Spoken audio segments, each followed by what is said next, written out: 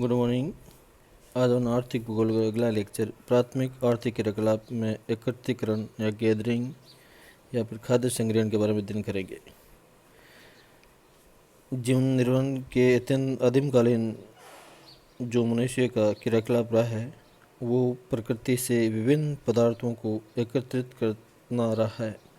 चाहे भोजन अन्य आवश्यकताओं की पूर्ति हेतु मनुष्य आदिम काल से ही एकत्रीकरण का कार्य कर रहा है, जैसे जंगली फलों को एकत्रित करना, वनों के उत्पाद एकत्रित करना, कंदमूल, गोंद, छाल, औषधि एकत्रित करना, जिससे मनुष्य की आहार पूर्ति होती रही। लकड़ी काटना, उसको एकत्रित करना, पत्थर एकत्रित करना, हड्डियों को एकत्रित करके आदिम काल में मनुष्य औजार का निर्माण करता रहा है। लकड़ी से धनुष बाण का निर्माण करके आखेट में प्रयोग लेता रहा है।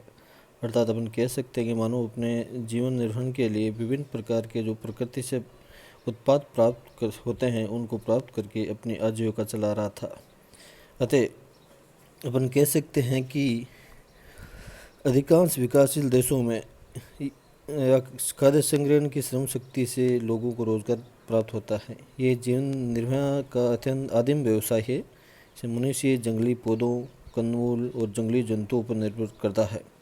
औजार के रूप में पत्थर, लकड़ी तथा हड्डियों का प्रयोग करता आ रहा है। वृक्ष की छालों, पत्तियों, जंतुओं की खाल का प्रयोग वस्त्र के निर्माण में मानव करता आ रहा है। विश्व में इतनी पिछड़ी हुई अर्थव्यवस्था विश्वत्रय के वनों के भीतरी भागों में निवास करने वाली जनजातियां एवं टुंड्रा निवासियों में पाई जाती हैं। आर्कटिक क्षेत्र, ऑस्ट्रेलिया, दक्षिण Bharat, Congo basin, Malaysia, Kalahari मरुस्थल में निवास करने वाली प्रमुख जनजातियां एकत्रीकरण या खाद्य संग्रहण का कार्य वर्तमान स्थिति में भी करती आ रही हैं। अतः एकत्रीकरण करने वाली विश्व की प्रमुख जो जनजातियां हैं उसको भी अपन देख लेते हैं। इनुट, ऑस्ट्रेलिया की पिटूपी, दक्षिण भारत के पालियान, कांगो बेसिन के पिग्मी, मलेशिया के सेमांग व सेकाई, कालाहारी मरुस्थल के बुशमैन एवं सान जैसी जनजातियां इस प्रकार का कार्य वर्तमान में भी करती हैं। अतः अपन कह सकते हैं कि विश्वत्रय के प्रदेश या घनी वनस्पति वाले जो भूमध्य के क्षेत्र है वहाँ इस प्रकार की क्रियाकलाप वर्तमान में भी हो रही हैं। अब एकत्रीकरण आर्थिक क्रियाकलाप के जो प्रमुख उद्देश्य है वो दो प्रकार के हैं। नंबर 1 जीवन निर्वहन हेतु, दूसरा व्यापार करने हेतु। जीवन निर्वहन हेतु विज्ञान व तकनीकी दृष्टि से पिछले क्षेत्रों में किए जाते हैं, जैसे विश्वत्रय के प्रदेश या भूमध्य के प्रदेश या घनी वनस्पति वाले प्रदेश जहाँ आदिम जनजातियाँ निवास करती हैं या फिर जनजातियाँ निवास कर रही है। व्यापार करने हेतु विकसित विज्ञान व तकनीकी वाले क्षेत्रों को शामिल किया गया है, जहाँ उच्च तकनीक का विकास या पूंजी का निवेश करके केवल व्यापारिक दृष्टि से इस प्रकार की क्रियाकलाप की जा रही है, जिससे आर्थिक तंत्र सुदृढ़ हो। वन में निवास करने वाले मानव वर्ग द्वारा पदार्थों के उपयोग का प्रकार इस प्रकार से हैं। नंबर 1 भोजन। भोजन से फल, कंदमूल, पुष्प, जंगली शहद आदि प्राप्त किए जाते हैं भोजन के लिए। वस्त्र के लिए छाल, पत्तियां व घास का प्रयोग किया जाता है आदिम जनजातियों के द्वारा या जनजातियों के द्वारा। निवास स्थान बनाने के लिए बांस या वृक्ष की शाखा, पत्ती, लकड़ी, घास फूस का प्रयोग करके अपना आवास या निवास बनाते हैं। घरेलू आवश्यकताएं या मूलभूत आवश्यकताओं के लिए लकड़ी का उपयोग करते हैं, जिससे विभिन्न प्रकार के उपकरण या औजार बनाते हैं।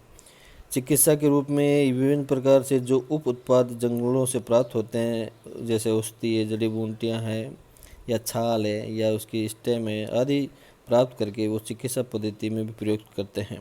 अतः अपन कह सकते हैं कि मानव वर्ग अब विभिन्न प्रकार के जो वनों से उत्पाद प्राप्त होते हैं उनका उपयोग करके अपनी आजीविका या अपना लाइफ स्टाइल आगे बढ़ाते रह रहे हैं। अगला व्यापारिक एकत्रीकरण। व्यापार हेतु पदार्थ वृक्षों के भिन्न भिन्न भाग से प्राप्त होते हैं, जैसे पत्ते, लीफ, छाल, बार्क, लकड़ी, रस, दूध, फल, पुष्प, डोडी या रेशा आदि पर आधारित औद्योगिक प्रक्रियाओं में लाना, जो प्रकृति से एकत्रित उप उत्पाद से उद्योग संचालित होते हैं। अर्थात वनों से प्राप्त छोटे उत्पाद या विभिन्न प्रकार के उप उत्पाद प्राप्त करके वो लघु उद्योग और कुटीर उद्योग चलाते हैं, जिसे व्यापारिक संगठन के नाम से जानते हैं। क्षेत्र की दृष्टि से विश्व स्तर पर एकत्रीकरण या गैदरिंग का कार्य दो प्रमुख क्षेत्रों में किए जाते हैं। एक तो उष्णकटिबंधीय वन क्षेत्रों में एकत्रीकरण का कार्य, दूसरा शीतोष्णकटिबंधीय वन क्षेत्रों में एकत्रीकरण का कार्य। ये वन क्षेत्र मुख्यतः तत्व एकत्रीकरण का और विभिन्न प्रकार के जो उत्पाद प्राप्त होते हैं उस पर निर्भर करता है। जैसे उष्णकटिबंधीय वन क्षेत्रों में फल, तने व शाखाएँ, तनों का रस, वृक्ष की छाल, पत्तियाँ, तने का दूध, रेशे, ग्रीक्सर, फल, औषधियाँ व मसाले प्राप्त किए जाते हैं। उसी प्रकार से शीतोष्णकटिबंधीय वन क्षेत्रों में भी चर्म रोधक पदार्थ या रेंजिन व लुगदी या कागज़ प्राप्त किए जाते हैं। या एक ही प्रकार के वन के उत्पाद प्राप्त होने से वहाँ कागज़ उद्योग भी विकसित हुआ है और लुगदी और रेंजिन उद्योग भी विकसित हुआ है। और चमड़े को साफ करने के लिए चर्म शोधक छाल भी प्राप्त की जाती है। जैसे फल भोज्य पदार्थ रूप में तथा बटन व अन्य वस्तु बनाने हेतु फल प्राप्त किए जाते हैं या अपनी भोजन की आपूर्ति के लिए फल का प्रयोग करते हैं। तने व शाखा, ये विभिन्न प्रकार के तने व शाखा जैसे बबूल, कीकर, डाक, सेमन से गोंद, लाख, चिरौंजा, विविध वार्निश तत्व प्राप्त किए जाते हैं तने और शाखा से। तनों का रस है उसे रबड़ उत्पादन में, जैसे विद्युत सामग्री को पहिए, फर्नीचर, तार शोधन मशीन, बट्टे व गोंद या गोल्फ गेंद के कवर बनाने में रबर का प्रयोग किया जाता है तनों का रस का। वृक्ष साल से टेनिन प्राप्त होती है, शोधक तत्व जो चमड़े को मुलायम व मजबूत व टिकाऊ बनाने हेतु इसका प्रयोग किया जाता है। वृक्ष की छाल से मैनग्रोव से कीकर, प्लास, जो प्लास आपको पता है अग्नि की ज्वाला के नाम से जाना जाता है या वनों की आग के नाम से भी जाना जाता है। बबूल, अखरोट, हरड़, बेहड़ा, आंवला, कारक आदि उपयोगी पदार्थ इनकी छाल से प्राप्त होते हैं। पत्तियाँ लीफ से ताड़ की लीफ, शीशम पत्ते, चटाई, थैले बनाए जाते हैं। टोपियाँ, छप्पर, टोकरियाँ बनाई जाती है आदि के लिए इसका प्रयोग किया जाता है। तुलसी व चाय पेय पदार्थ के रूप में पत्तियाँ औषधि व सौंदर्यवर्धक प्रसाधन बनाने में प्रयुक्त होती हैं।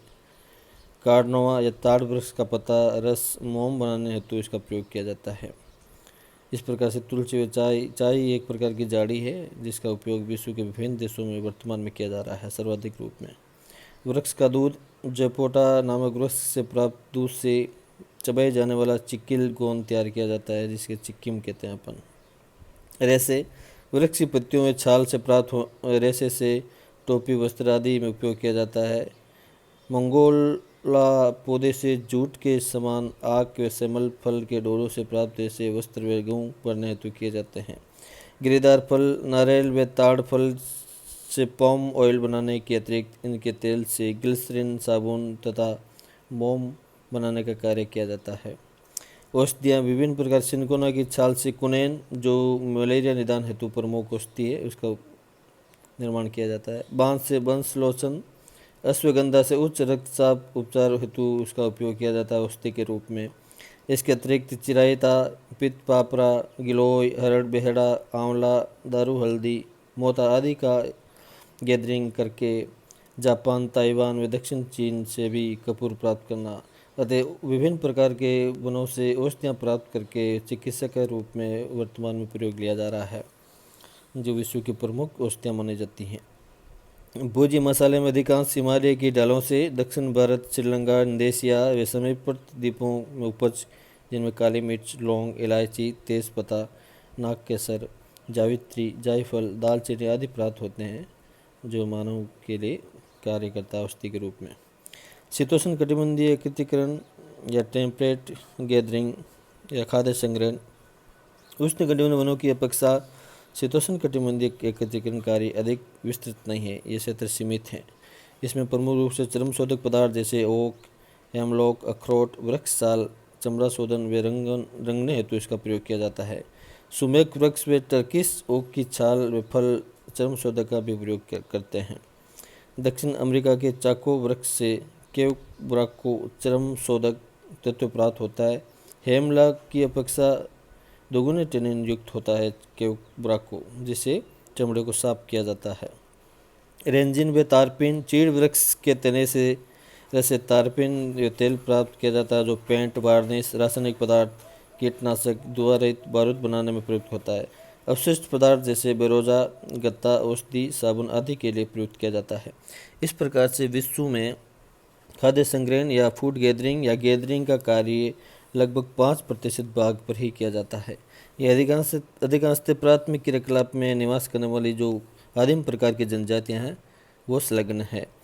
ये मुख्यतः शीतोष्ण कटिबंधीय और उष्ण कटिबंधीय वनों के उत्पाद हैं। वनों को उत्पाद प्राप्त करके मानव की मूलभूत आवश्यकताओं की पूर्ति की जाती है। साथ साथ में वर्तमान में विकसित देशों के आसपास जो आदिम जनजातियाँ संलग्न हैं वो व्यापार की दृष्टि से भी अब कार्यशील हो गई है, जिससे उनका आर्थिक तंत्र लगातार रूप से तेज होता जा रहा है।